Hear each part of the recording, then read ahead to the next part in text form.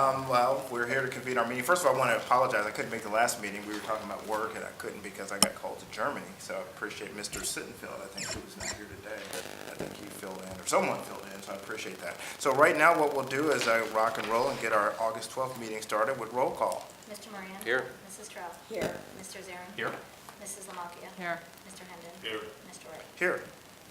I don't believe there are public comments. No public comments. Excellent. All right, we'll go on to the action items, the Eva Jane Remain-Kuhn Director's Report. Good morning. First, we'd like to recognize Paula Brenheger.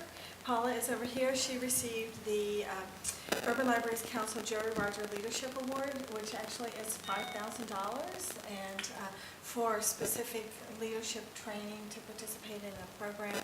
And so we wanted to congratulate her. We knew at the last meeting, but we weren't allowed to tell. So now we are allowed to tell. Congratulations. All the guys over there. There's only one of these given each year across the country, so it really is a big honor for Paula. The strategic plan update, we had talked before that we were working on this, and I attached Exhibit 1, our new plan for initiatives to be undertaken for the next year and a half. We did try to keep it to a smaller number of initiatives because with the building projects going on, that takes quite a bit of staff time. So we tried to really keep it down to a reasonable number. It's still 25, but last year I think we had 70-something, so 25 is much, much better. And then any comments on those? I don't know if you had a time to take a look at them. Any that you were concerned about? No? The ebooks is public policy. I've been reporting on this to you for a long time, it seems like now. And we have made some progress. The Macmillan publishers have announced that they're going to make their front list titles available. Those are not their backlist titles, they're really current publications under the same terms as they've been making their backlist available. And really, Macmillan was the last publisher to not be making those things available to public libraries. So we're still going to be pursuing the first sale doctrine, including digital books, because right now we're just getting this by the good graces of the publishers, and they could change their minds at any time. So we really do want to get a little more protection for libraries in there, but at least now we are able to offer those titles. They said early August, so any day now we should be able to get those for people. Is there a premium we have to pay to get those? What they are doing, every publisher is doing something different. Macmillan's is a 2-year license or 52 circulations, whichever comes first. So kind of like a car warranty, whichever comes first. So yeah. So that makes it a little harder for us to keep track of, but it still beats not having those titles at all because Macmillan publishes a huge number of popular titles and authors. Because there's been such growth in ebooks, can you just quickly walk through the strategy of procurement of those? Oh, wow. What there are clearly some that are ebooks that are not in the collection, where they're hard copies, and vice versa. Yes, whenever we can, we do get ebook copies, and we buy them in the same quantities that we would buy print copies to meet that demand. We buy them through a third-party vendor who actually handles the circulation module of that, so they're checked out in a different process than the physical books here are checked out. So we have 2 different vendors that we primarily work with for ebooks, so I guess 3. Because we have Freeding, we have Overdrive, and we have 3M. So, and they all use a slightly different process, and they all use a different app that you have to download, and so there are various steps. It does make it very complicated for the reader to know what they're doing. And they don't show up in your account in the same way that the books that you check out on your library card from us do. So there are lots of things that people have to know how to do to use them. So there's another whole group, the Readers First Initiative, that's working on that side of things to try to make it a little more seamless for the reader to be able to see everything they have checked out in one place. In other words, for the senior population. No, not even just the senior population, for everybody. We would all like that to be a little easier. So does that Thank you. be enough? The 2013 circulation rankings. Among the libraries in the Public Library Data Service, I am delighted to tell you that our library moved up to 6th, up from 7th in 2012 and 8th in 2011, so we've had some steady progress All but 2 of the libraries ahead of us serve larger populations. In fact, our service area is the 48th largest. Listed below are the top 10 libraries, and you can... Where is Multnomah? Multnomah County is Portland, Oregon. You know what's interesting, I'm assuming, when I looked at, I see New York, Brooklyn, and Queens, so if that was just rolled in, I'm assuming New York was Manhattan, maybe. But if they roll that all in, we'd probably be like number 4. Like if Yeah, just yeah, they combine were all us as New York, or we can go up. We were only closer to the national championship. We were only slightly behind Brooklyn, so we've got our sights. Who did we jump over? Queens, we passed up Queens, which serves a much larger population than we do, so. And Queens was, I think Queens at one time, not too many years ago, was number 1. I think Yeah, they went over within the 30. past maybe 10 years, Yeah. they were at the top of this list and have had a significant decline, so. Well, Indianapolis is right behind us. Neck and neck, Yeah, yeah, so Indianapolis moved up, So you're so. going to do a press release about that? We are. We have it ready, but we wanted to tell you first and then send it out to the public afterwards. that's fantastic. They no longer report circulation figures for main library, so we don't know if we were the busiest main library again. We're just, assume that we probably are. We are once again second in the state of Ohio. Of the 10 libraries, only 2, our library in Indianapolis, saw an increase in use last year, which I think is kind of an interesting trend to be watching. Our use per capita was also first in the country among libraries serving a population of 800,000 or more. Now, if we lose any more population, I'll have to pick a different number. But for now, 800,000 has been working for us. So while some of those libraries ahead of us have larger total circulation numbers, when you look at their use per person in their service district, they're not getting the kind of use that we are getting. And between 750 and 850,000, our circulation was the highest in the country. So. And here's our library closing schedule for 2015. The only thing that's on here that's not already in our holiday policy is closing on Sunday, April 5th, and then also for Easter, and then closing early on New Year's Eve. It's early this year. It is, after Next being year. really late, yeah. And then here is the board meeting dates for 2015. We kept them on Tuesdays at 9:15 every other month, and locations to be determined. So we'll work on finding some places Sounds to like go. almost secret. To be determined, that's right. It's on a need-to-know basis only. We are ready to launch our Writer-in-Residence program. I believe in my goals at the start of the year, I told you that I was interested in creating a Writer-in-Residence program, and working with the foundation, Missy was able to secure a donor for us who will fund this program, and we'll have this Writer-in-Residence who will go and do some community programs and do a writer workshop for us. We'll be putting that application process out and then pulling together a group of people to select that Writer-in-Residence. So we're very happy to have that happening so quickly. We will be helping Downtown Cincinnati Inc. with their Downtown Perception Survey this year. So we'll have specific computer stations here at Maine where people can come in and take the survey, and then we'll also have a link on our website so that they can get their information. DCI specifically identified the Maine Library as a place that attracted a lot of people who would they would like to get their feedback on what they think about downtown. I think it's because we get kind of a mix of people who do come in from other parts of the county and the region, and also people who kind of live and work downtown, so it's a nice mix. This LSTA grant application is a little confusing. The state library is going to be making these grant applications available again, specifically for literacy projects. We do have some details, but not everything, because the grant applications won't become available until next week, but they have to be submitted by September 29th. So we would not have a meeting to get your approval to do that. So what we're asking you to do is approve applying for a grant that will be literacy-based, requires us to have a partner, and do a 25% match, so our match will be no more than $8,000.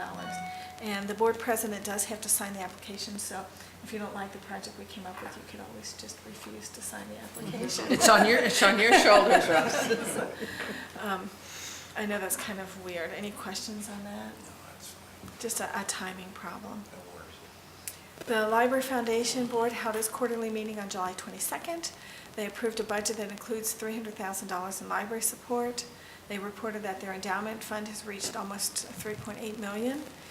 They contributed they raised more than $822,000 in fiscal year 2014. Their fiscal year ends June 30th, including a bequest of more than $476,000 from the estate of Bernice Robin.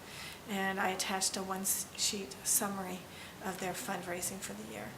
And their annual donor recognition event will be held in late September. The date on that is not yet finalized. The Friends held its quarterly meeting on July 25th. The board accepted Mary Lou's resignation as secretary and appointed Mike Kozlowski to serve as secretary instead. And Friends Board President Jay DeWitt announced the resignation of Director Abby Moran, and the board approved Charlie Powers to complete her term, and Mr. Powers is also chairman of the Foundation's board. The Friends received 3 grants, all to support summer learning: the Dater Foundation, the Luther Charitable Foundation, and the Junior Women's Club of Wyoming, all donated money, with the Women's Club of Wyoming going specifically to the Wyoming branch. In the first quarter, the Friends supported 771 programs, serving 48,000 plus people, and that includes their summer learning, summer food service, and we spent a little over almost $84,000 on all of the things related to that. They have 2 sales upcoming, one this week at their warehouse that goes through Sunday the 17th, and the next one at the Coreyville branch in September. Then the Anderson Township Library Association held its June sale at the end of June, and they grossed $36,653, a slight decrease from 2013. They met on July 16th, but they had no action at that meeting. And then just finally, we received an email from Nate Livingston as a public records request regarding the sale of the former Bond Hill Branch property to Christopher Smitherman. Mr. Livingston somehow thought that we had given this property to Mr. Smitherman, not sold it, so he did request a number of communications pertaining to that decision, but we were able to provide him, of course, with a copy of the check that we had received, showing that indeed this had been purchased and not gifted to Mr. Smitherman, and we've heard nothing further since then. This does need approval for the LSTA grant and Move to a couple of approve. other items. Second. Mr. Moran? Aye. Mrs. Trout? Aye. Mr. Zeri? Aye. Mrs. Lamacchia? Aye. Mr. Hendon? Aye. Mr. Wright? Aye. All right, next we have a finance and audit. Okay, this topic is the revisions to the 2014 annual appropriations. The revision to the appropriation is requested by decreasing supplies in the amount of $10,000 and increasing purchases and contracted services, an increase of $10,000 for a net change of 0, the revision to account for planned programs for the remainder of the year. Motion? Motion? Second. Mr. Moran? Aye. Mrs. Trout? Aye. Mr. Zeri? Aye. Mrs. Lamacchia? Aye. Mr. Hendon? Aye. Mr. Wright? Aye. Next up, we have a Library Operations Facilities Committee. The Facilities Committee met on August 6th, and it is recommendation of the committee that the board take the following action.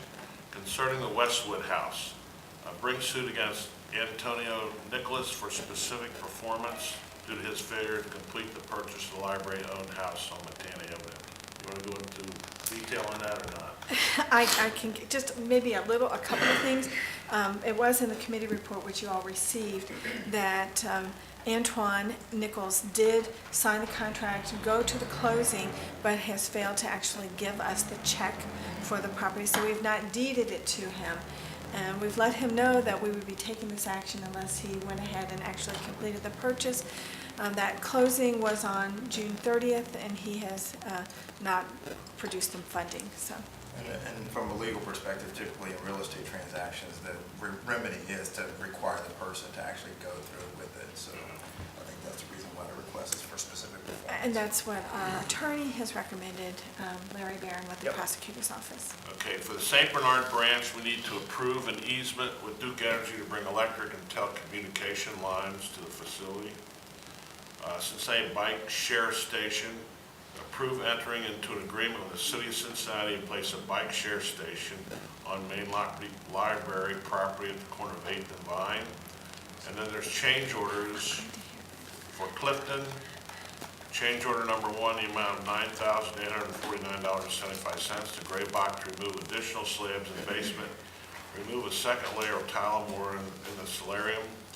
Change order number 2 in the amount of $1,264.43 to Graybach to add drains, delete concrete perimeter trench in the basement, sump pump and trench, and sump pump electric, delete the removal of shower tile in the attic, change cast iron pipe under slab to PVC, add a wall to support the attic rafters and mechanical attic, and remove temporary electric service to allow for demo and footer installation. Change order number 3 in the amount of $3,981.30 to Graybach to add footer to the side entry stair column, add a second footer in boiler room, and repair, rebuild the masonry door opening in the mechanical room. Change order number 4 in the amount of $6,015.45 to Graybach to receive decaying wood lintel and basement, fur out and drywall stone wall in the staff stairway, install light above the after-hours lockers, install additional column in basement, and move wall outlets to basement floor to leave brick wall exposed. It sounded easy when we wrote it. Yeah. Change order number 5, there's only one more change order. The amount of $34,152.13 to Graybach to sister floor joist together due to existing notches and holes. Add steel lintels in several areas, remove existing front porch slab, fill a compact area, and pour new slab in porch and solarium. Add in rebar, installing disconnect switches to the HVAC units, and patch all structural masonry walls. Just as a reminder, at Clifton, we bid that as one contract. So Graybach is the general contractor and then has subs under him to do the others. The other projects were bid as separate trades. So that's why you're seeing all of the change orders go to Graybach rather than to different contractors. Now for Avondale, change order number 105, the amount of $8,297 to Triton Services to revise keystone framing and material above new entry, delete paper towel dispensers, delete concrete sidewalk and curbs on man place, add a subfloor and adult reading room, repair plaster, ceiling, and workroom, replace a sidewall along Reading Road, install concrete slab for bike rack. And change order number 404 in the amount of $880 to United Electric to add an emergency egress light over the exterior door in the meeting room. We received the following project updates on Avondale. Work continues on the punch list with target completion mid-August. Clifton, all interior demolition is complete. The elevator shaft foundation and slab have been poured and the block walls are being laid. Tuck pointing is underway and geothermal drilling has begun. On July 15th, a security alarm was activated. The police were notified and responded, and they left claiming the building was secure. When workers arrived, the basement windows was found to have been pried open and 9 rolls of electric wire were reported stolen. St. Bernard, now, we don't pay for that, that's the contractors. Yeah. At St. Bernard, geo piers have been installed and underground utilities work has begun that includes digging the geothermal wells. And the library has obtained an easement across Girl Scout Lane, which separates the St. Bernard building site and parking lot for the purposes of ingress, egress, and running underground utilities. For Reading, the geo-piers have been installed and all geothermal wells completed. Excavation work revealed numerous old foundations consisting of large piers, foundation slabs, and foundation walls, which needed to be removed. The foundation has now been excavated and footers poured. Under-slab plumbing and electric work has begun. Main library roofing, although the project was scheduled for completion mid-July, the project is currently approximately 65% complete. Roofing contractor William Kramer & Son has provided us with a new schedule of completion in late October. This delay cannot be blamed entirely on the weather. The contractor is notified of the performance on this project and will be considered when awarding future work. New pavers have been installed on the large south terrace, and work has started on the west terrace. That would be one that you can almost see. North Bend property. They must be finished with the roofing because they're putting the pavers down up there. The terrace, yes, but they're not finished with the upper roofing. Library staff presented the committee a number of available land options, or the committee requested that staff pursue further the property located at 340 and 430 and 462 Three Rivers Parkway, North Bend, Ohio, which is owned by the Village of North Bend. And I drive by this every time I go home, and it's a hillside, so we need to look at that very carefully. Fire at Miami Township Ranch. Repair work from damage caused by a fire on June 16th has been completed by the township, and the police have arrested a teenage boy who is currently awaiting trial. There's no damage to the library property. Elmwood Place Branch air conditioning. The air conditioning at Elmwood Place Branch Library stopped working on July 26th and was inoperable for 1 week. Only the library was impacted by this outage, and this has been an issue on numerous occasions in the past. Multivision Construction Documentation is going to provide video and photo documentation of St. Bernard and Reading construction projects. Installed externally at each site is a camera that streams live video on the library's webpage of the construction taking place. Digital copies of all photos will be provided to the library at the end of the project and will serve as a documentation of the construction process. The library was approved for a Duke Energy Smart Saver incentive. Part of their program was approved. They have approved an incentive in the amount of $26,500 for the Clifton, St. Bernard, and Reading projects. This incentive is a result of the inclusion of geothermal HVAC system and LED lighting for all three projects. Payment will be made to the library following the completion of each project. Developer inquired about relocating Blue Ash Branch. Developer, through his attorney, is interested in locating the property where the Blue Ash Branch Library is. There's few details available. Committee requests library staff pursue obtaining additional information. Dugan and Myers feasibility study to make 4 library-owned facilities fully accessible to the disabled shows that the library will not need to acquire additional property to add elevators to these branches. Dugan and Myers will now be preparing cost estimates for use in future budget planning. And that concludes my report, and we need a vote on the... Yes, we do, on the first 3 things. Yep. So I move that we Second. accept those. Mr. Moran? Aye. Mrs. Terrell? Aye. Mr. Zering? Aye. Mrs. Lamacchia? Aye. Mr. Hendon? Aye. Mr. Ray? Aye. All right, I think that takes us to the Human Resources Committee for that report. Vehicle usage policy. The vehicle usage policy covers employee use of library-owned vehicles and personal vehicles while in library business. The policy has been updated to remove a detailed matrix included in the previous policy used to determine employee eligibility.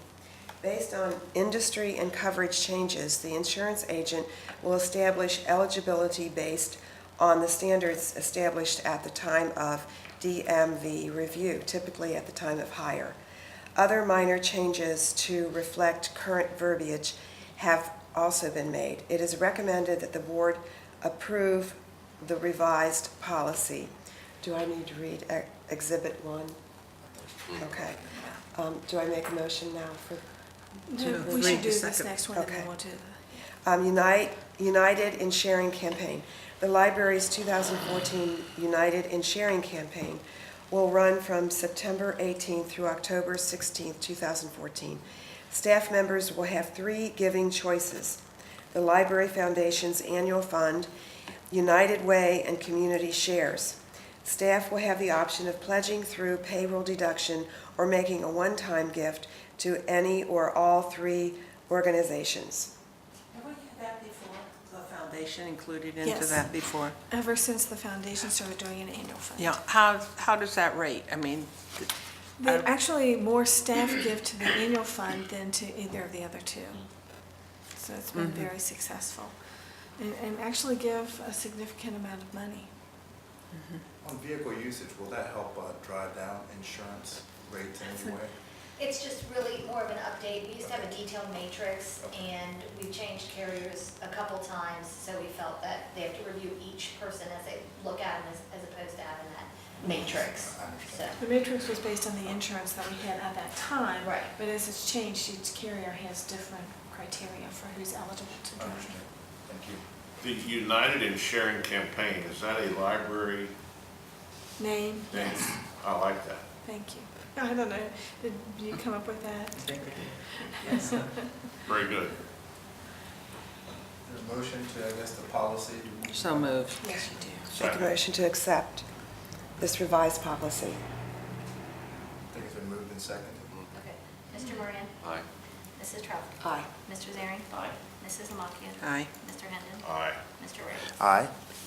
Up next is the fiscal officers report. Okay. In June, we reported that the 2014 PLF was trending behind the estimate.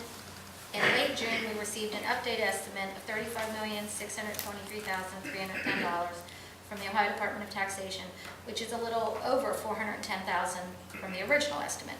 We have made up, during the last 2 months, some of that money that we were trending behind. In July, we received the estimate for 2015. It's a little over $37 million, which is $1.6 million more than the 2014 estimate. Our preliminary budget for 2015 had held the revenue even with the 14 estimate, so we're looking better. We're optimistic about the potential for growth, and we'll continue to monitor the budget and consider all factors as we develop the 2015 appropriations. With the revised PLF and some savings in the area of salaries and benefits, we have the opportunity to end the year with $1 million more in the general fund than we had originally projected. The overall budgeted decrease in the fund balance from during 2014 is the result of funding the capital projects. Even with the additional amount, the fund balance will still be at the lowest point since 2009 when the first levy passed. But we'll continue to do our best to get that back up there. And this is not on here, but out there on the counter are copies of the 2014 complete or 2013 completed CAFR if you'd like to take one. It has a new cover and looks a little different this year. Well, that's good news. Yeah. Kind of gives you that casino feeling, though. Yeah. It's going to happen this month. Yeah, so that's us on about on the 10th of every month. Let's see what we're doing. Well, for so many years, we were at a frozen amount. We knew exactly how much we were getting. Yeah. And now we're back to the way it was probably 10, 15 years ago, where we really will not know our funding for 2014 until December 15th of 2014. So, fun and budgeting. It's more informational, no voting item. So I'll move to Library Operations and Services Committee. Yeah, I'd like to welcome Catherine Torrin Jones and tell a little bit about her. Catherine began her career at the library in 2007. After completing her Kent State MLIS, she was hired part-time LSA at Oakley, and in the fall of 2007, she was promoted to Children's Librarian at Marymount. She was selected for Rookie of the Year in 2008, and over the next few years, she earned a Bright Idea Award and served on numerous system-wide teams. In 2013, she was promoted to branch manager at St. Bernard, and next year she's going to get a new branch. In addition to her MLIS, Catherine holds an undergraduate degree in music education from NKU. She enjoyed teaching, singing, and working in the customer service industry before coming to the library. And she continues to work as a pastoral musician in the tri-state area, primarily at Philippus, UCC in downtown Cincinnati. Welcome. Do you sing to the library customers? I do all the time. I don't even realize I'm doing it. You guys sing for us? I had a customer say, "Do you sing all the time?" I said, I guess I do. So thank you for having me and giving me the opportunity to speak with you a few moments about the St. Bernard Branch project. There's a lot of excitement in the community about the project. As you can understand, they've been waiting for a long time for this to happen, and we're literally transforming this library into a library of the future, and we're contributing a lot to the vitality of the St. Bernard community at the same time. The branch right now is housed in a small room in the municipal building. We have about 2,000 square feet with 3 full-time employees and 2 part-time employees. I like to reckon it to a one-room schoolhouse, and that's how I describe it to people, and it does have a very hometown feel. People know each other there. It's a very tight-knit community. The St. Bernard community is unique in that it has its own governing body, schools, senior center, fire departments, police, transportation. It's a city within the city, so it is unique. I've been told by many customers how excited they are that they've waited a decade plus for this to happen, and they can't wait now that we've had the official groundbreaking and they can see the construction has begun. The excitement's really building. The staff has the beautiful renditions of the architectural plans and the building in our branch that we are sharing with all the customers. And we get many comments from the customers. Some of them are pretty obvious, the excitement over having more computers, and some things you might not have thought will come up frequently. Restrooms for the public to use, a parking lot, and a meeting room are very frequently mentioned. We also have people that are talking about a place to sit and read. The adults are very much looking forward to that. Families having a place for the children, a children's area designated for that, those types of activities. And especially a place for the teenagers to hang out. Every day after school, we have a large number of teenagers that come into the branch, and they are thrilled about having their own room with their computers and lockers, and there are individual study rooms that they can reserve to do homework, work on projects together. They're really, really excited. And we've needed a place for them to be for hanging out, really, or doing work together. So it's going to be a collaborative effort for the whole branch. Currently, the St. Bernard branch only has 3 public computers, and in our new facility, we'll have 28 computers. 16 of those computers will be housed in a tech lab, and this is going to allow the staff to be able to teach groups of people basic computer skills. The need for basic skills such as setting up email accounts, searching and applying for jobs is very great in our community, and I know myself and the rest of the staff is looking forward to being able to impact the technology literacy of the people that we work with every day. On top of that, we're hoping to be able to offer more above and beyond the basics and offer some software classes, maybe such as Microsoft Word, Excel, and those types of things as well in a classroom setting, so it's very exciting. Last year, we had over 4,000 participants in our programs. Even though we're in that one little room, we're offering a lot of fun things for our customers. Having the meeting room will allow us to serve a lot more people. And we've had a lot of customers asking, can I reserve? How do I do that already? So I know that's going to get a lot of use. The library has always been a place for people to gather, learn new things, and share projects together. So, in addition to the meeting room and the tech lab, we'll have a makerspace room as well. The maker movement, if you haven't heard of it, is something that's really catching on across the country. In fact, PLCH employees will be participating in a maker fair, mini maker fair in Cincinnati in September, sharing ideas, and it'll be at the Museum Center. We're going to be there stealing ideas, basically, and sharing ideas.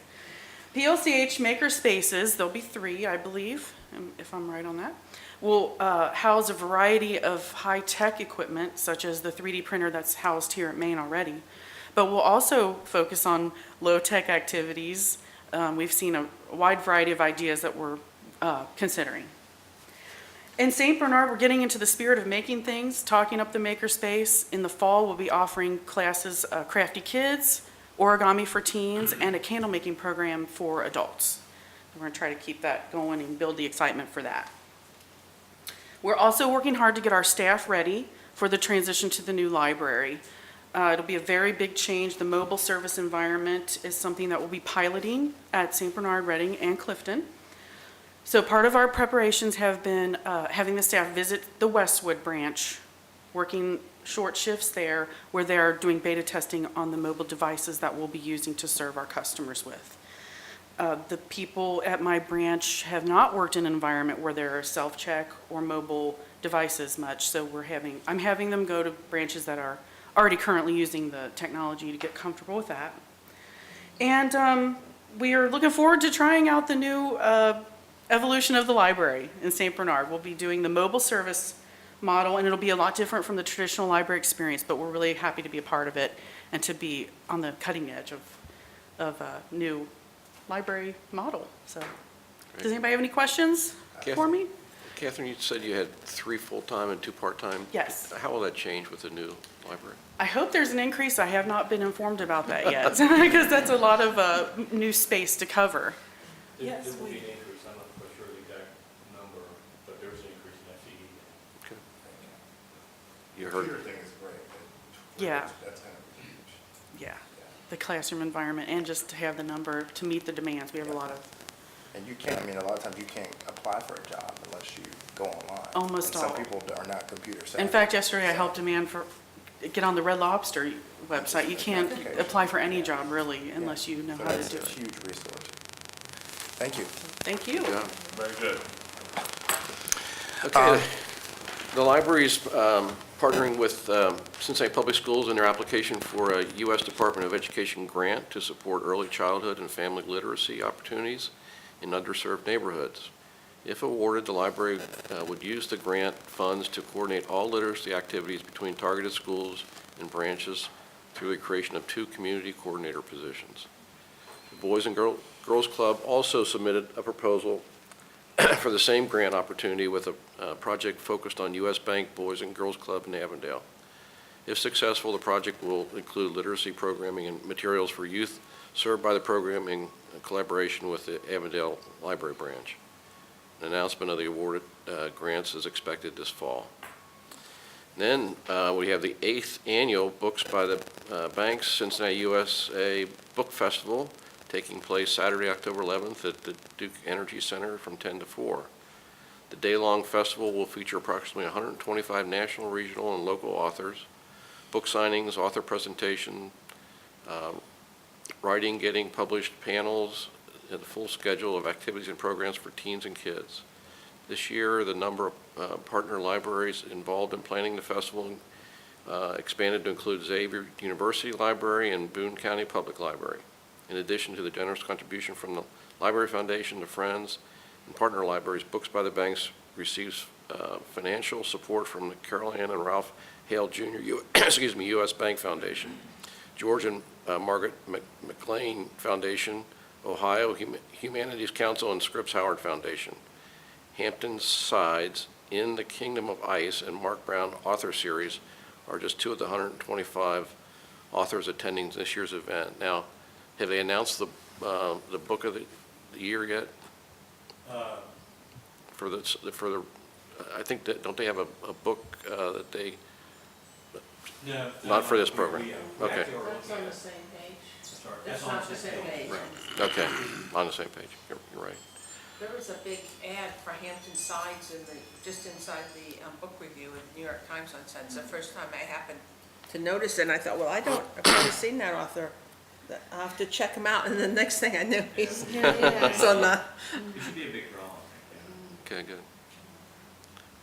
Greg, you want to talk about the summer learning program?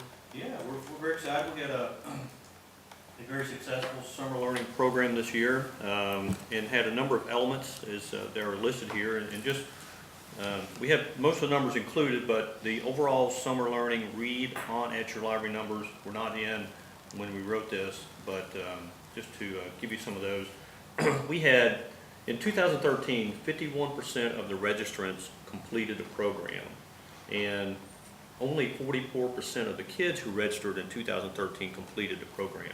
In 2014, we had overall 63% of registrants complete the program, and kids completing the program rose to 70%. So we were very, very excited to see not just a large number of people signing up for summer learning, but also completing the program and going through the entire program and reading. So that was very, very exciting. So those numbers are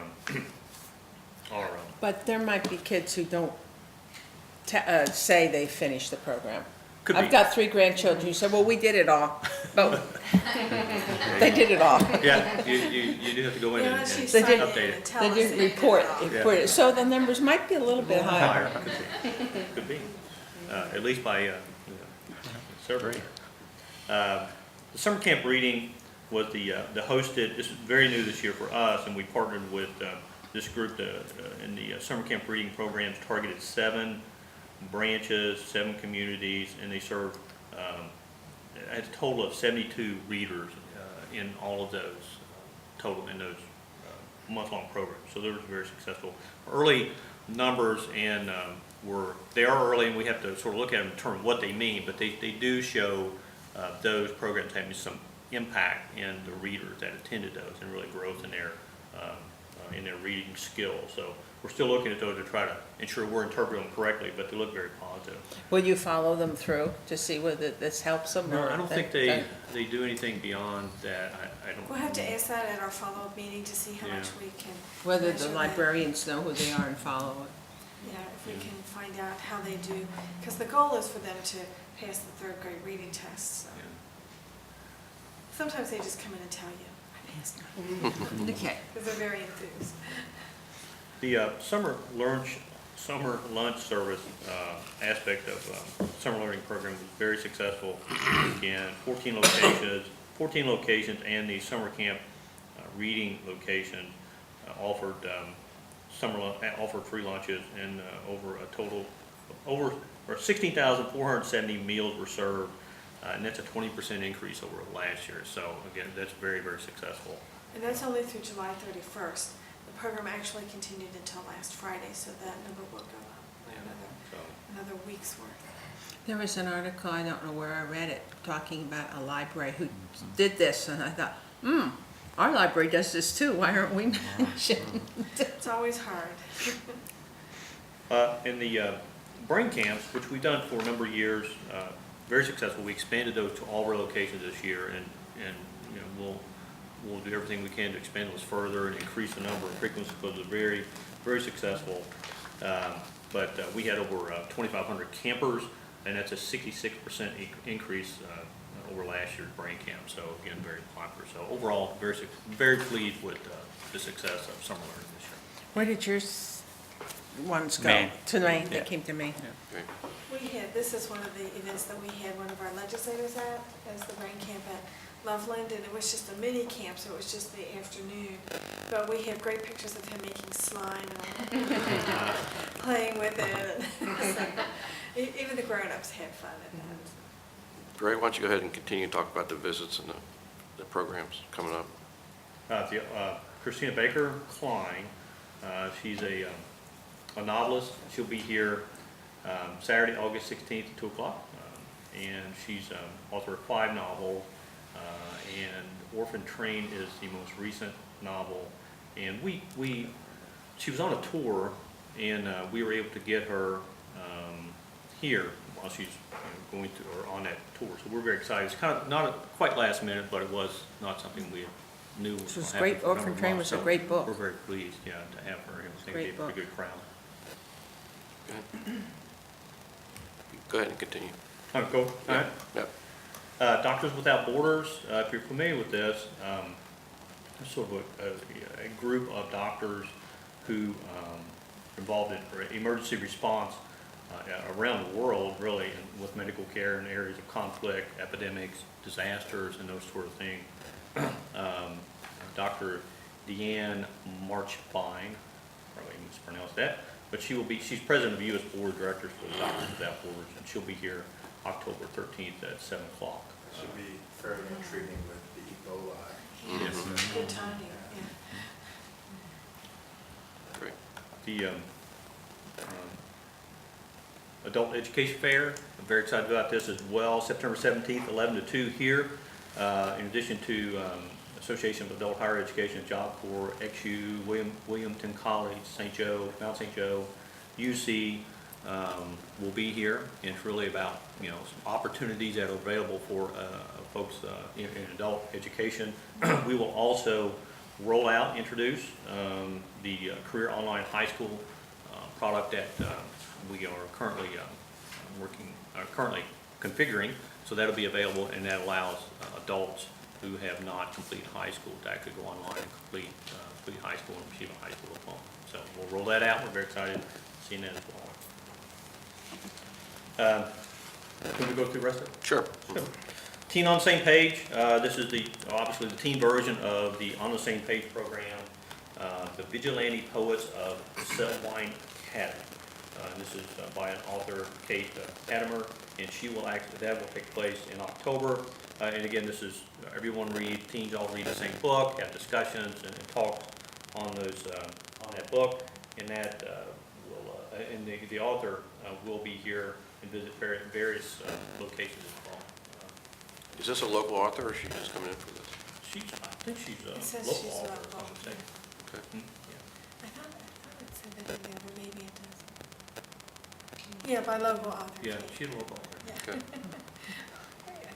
Okay. Take time out, Google her first. A couple of photography contests or activities, exhibitions. We have a team photography contest, which we have done for a number of years. The theme this year is pure poetry, and teams are encouraged to submit pictures that communicate a message as beautiful or as meaningful as a poem. The contest runs through the entire month of October. And then Frame Cincinnati Photography Exhibition, we're participating with Photo Focus. This is a month-long biennial program celebration of photography and any lens-based art. And that it's held through October, and the winners of the library's Frame Cincinnati Photography Contest will be on display here in the atrium September 9th through November 2nd.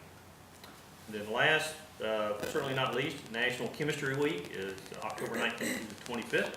This year's theme would even interest me, the sweet side of chemistry, candy. So, always I think is they're a- making Starburst. Greg loves Starburst. That's actually a program that's we've done for a long time. I know that, but interests people in chemistry is something I should. Do you get quite a few kids coming? We have a good group. I think a good number of programs and activities and folks can engage and involved in chemistry. Good. This report doesn't need a vote, I don't think, but I did have a question. I was looking at the statistics for end of July, and the circulation is down 0.5%, but some libraries have double-digit increases. For instance, Price Hill's up like 24%,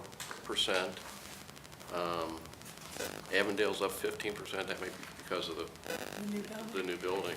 I think the thing to keep in mind is that the small branches like that can have a fairly modest number change that ends up being a huge percent change. But they are, you do see a mix, certainly. In Avondale, we've had I think their annual's up 15.5%, or their year-to-date. Yeah, this is year-to-date numbers, Yeah, so. it's a very, since the building project, excitement over the building project, and I think we'll see the same thing, I think Bernard Redding, Clifton as well, just excitement over the facility, more people in the building, and increased usage, but. Elmwood Place, even with no air conditioning, is up 14.5%. Yeah. I have a question about the Frame Cincinnati. It says that I guess the competition will be based in October 2014, but then it says they will be displayed September 9th to November 2nd. Is that 2015? No, that's this year, and that's. Okay. I don't know if you could. I believe they're displayed as the contest unfolds, so it's an ongoing display, and then it ends at the end of. Okay. The contest may happen during that display, but because we get such a large number of I excellent see. entries, I think the idea is that they're sort of displayed all during that time. Thank you. Other questions? Well, I think now we just move to the consent agenda items, which I'll just quickly enumerate: the minutes of the prior meeting, investment report, monthly financials, personnel report, statistical report, top 10 circulating titles. That, someone move to. I move that we accept Second. those. Mr. Moran? I pass on investments. Okay, Mrs. Trout? Aye. Mr. Zering? Aye. Mrs. Lamacchia? Aye. Mr. Henry? Aye. Mr. Wade? Aye. And our next meeting will be October the 14th at 9:15 a.m. And their motion to That's adjourn. Sharonville Branch. Sharonville Branch will be going mobile. Anything else? Okay, good job.